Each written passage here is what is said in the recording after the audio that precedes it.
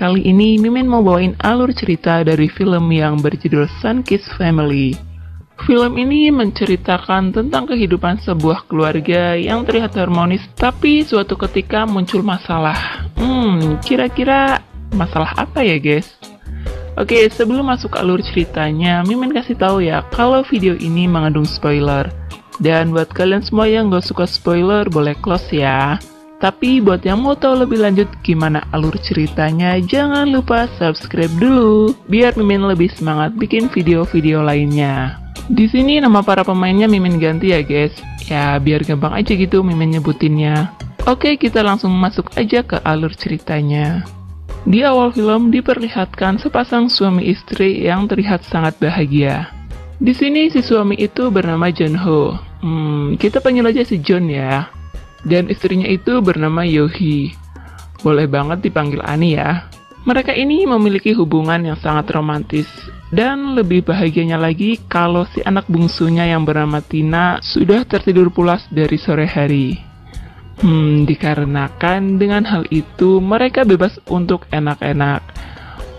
Kesempatan banget pokoknya ya.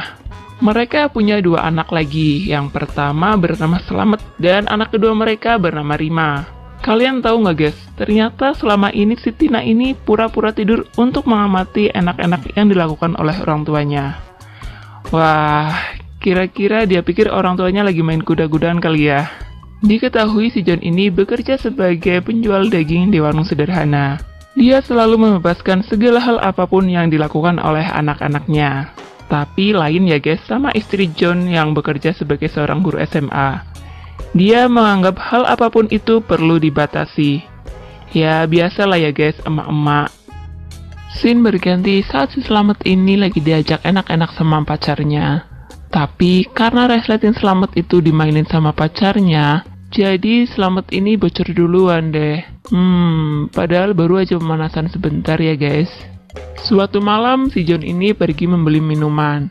Tiba-tiba dia bertemu sama mantan pacarnya yang bernama Siska. Kemudian diajak deh si Siska main ke rumahnya. Setelah sampai rumah, si Ani ini terlihat cemburu ya guys sama Siska. Tapi kecemburuan itu bisa dipadamkan dengan mudah sama jurusnya si John. Kira-kira John ini pakai jurus apa ya? Manjur banget deh. Beberapa saat kemudian si John ini pergi bermain ke rumah Siska, yang merupakan tetangganya. Diketahui bahwa sebelum menjadi pedagang daging, John adalah seniman yang handal. Begitupun Siska, juga seorang pelukis yang sedang mempersiapkan pameran seninya. Di tempat Siska ini, si John menjadi objek gambarnya ya guys. Tapi karena ekspresi John yang kaku, Siska pun tiba-tiba langsung cipikak-cipikok ke John. Pasti langsung berdebar banget tuh jantung si John. Ya sebenarnya sih cuma biar terlihat sumringah aja si John ini. Tapi tiba-tiba Tina yang pulang sekolah nggak sengaja nih ngelihat ayahnya lagi berduaan sama tante Siska. Jadi si Tina ini sedikit marah ya guys. Kemudian John yang berpamitan pulang ke Siska, dia malah diberi kunci serep rumahnya biar John ini leluasa untuk menemui Siska. Wah, kode-kode nih. Keesokan harinya, Ani yang baru pulang ke rumah menemukan baju John yang dilukis Siska.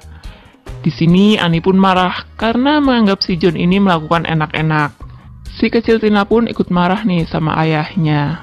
Dan kini keluarga yang awalnya harmonis harus berantakan karena hadirnya sang mantan. Ya, mantan bisa merubah segalanya. Tina yang gak mau orang tuanya berpisah, kemudian ia curhat sama temannya. Dan tanpa sengaja ia menemukan spray cinta milik Slamet. Spray tersebut sebenarnya hendak digunakan Slamet biar pas enak-enak gak bocor duluan. Mungkin sejenis obat kuat ya. Tapi dengan polosnya Tina, ia malah menyemprotkan spray itu ke wajah orang tuanya. Dia kira bisa bikin glowing kali ya. Ya, dia melakukan itu memang mereka sudah berpisah ranjang. Tina berharap setelah dia melakukan itu kedua orang tuanya bisa berbaikan. Tapi hal tersebut tidak membuahkan hasil. Yang ada malah wajah orang tuanya menjadi bentol-bentol gitu. Akhirnya Tina mencari cara lain untuk mempersatukan orang tuanya kembali. Scene berganti saat si John lagi di rumah Siska. Dia terlihat telah selesai melukis dan memilih meninggalkan lukisan itu di rumah Siska. Kemudian si Siska ini menyuruh si John untuk melukis bodinya yang aduhai itu untuk pameran seninya. Kira-kira sambil ngiler nggak ya guys si John ini yang lukisnya? Ketika dia keluar dari rumah Siska, ada teman Tina yang bernama Wage melihatnya. Si Wage ini mengira kalau ayah Tina habis yang aneh-aneh nih sama Tante Siska. John pun menyuruh Wage untuk tidak ngomong-ngomong dengan memberinya 2 bungkus daging. Dan hal ini pun berhasil, aman dikit lah ya. Di lain tempat, terlihat Slamet yang lagi beli spray di toko obat. Ya, karena spraynya yang kemarin diambil sama adiknya. Setelah itu, ia memakainya. Tapi kayaknya dia pakai overdosis deh. Jadi pas enak-enak si Slamet ini nggak ngerasain apa-apa. Pacarnya pun menjadi ilfil dan meminta Slamet untuk tidak menemuinya lagi. Untung cuma nggak berasa. Coba kalau nggak bisa tidur lagi. Sedangkan Tina kini mulai menjalankan rencananya untuk memisahkan Siska dan ayahnya. Dia mengambil HP ayahnya dan mengirim pesan kepada Siska untuk menemuinya di kafe. Scene berganti saat di rumah dengan keadaan yang mulai mereda. Si John ini menggoda Ani supaya ya dia dimaafkan dan dapat jatah lagi dong. Ani yang meleleh hatinya lalu memaafkan dia. Kemudian terlihat Siska yang datang ke kafe. Dia malah ketemu sama Slamet. Di situ mereka mulai ada curi-curi pandang gitu dong. Karena Slamet kekenyangan minum, akhirnya Siska membawanya ke kamar. Dan Slamet menghalu melakukan enak-enak dengan Siska. Yang padahal korban halunya adalah bantal yang tergulai pasrah.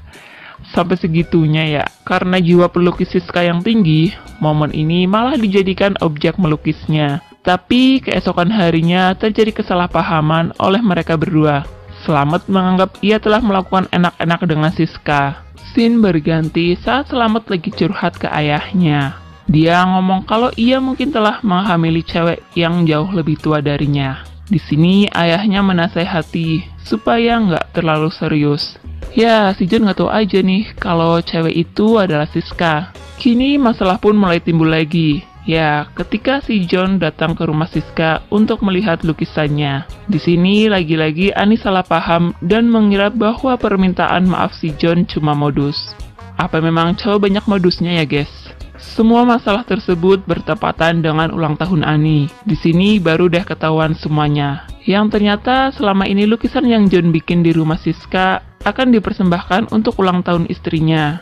Ia sembunyi-sembunyi melukis istrinya tersebut sebagai kejutan di hari ulang tahunnya. Wah, so sweet juga ya sebenarnya. Scene berganti saat di acara ulang tahun Ani. Di sini terlihat ada Siska yang hadir.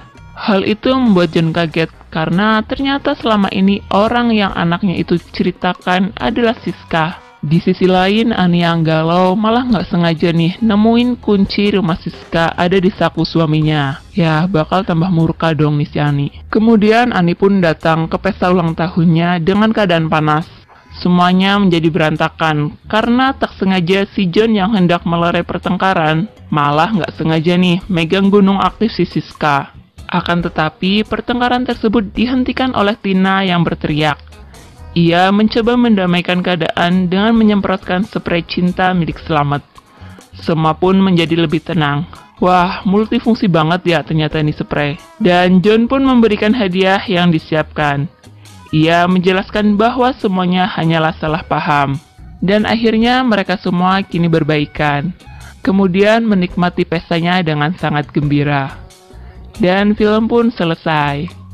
Jadi dari film ini kita belajar biar nggak negative thinking sama orang lain ya guys. Kalau nggak tahu yang sebenarnya, ya coba positive thinking aja deh.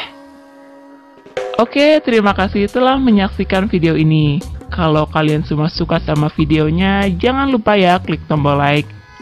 Dan nantikan video-video selanjutnya dari channel ini. Sampai jumpa.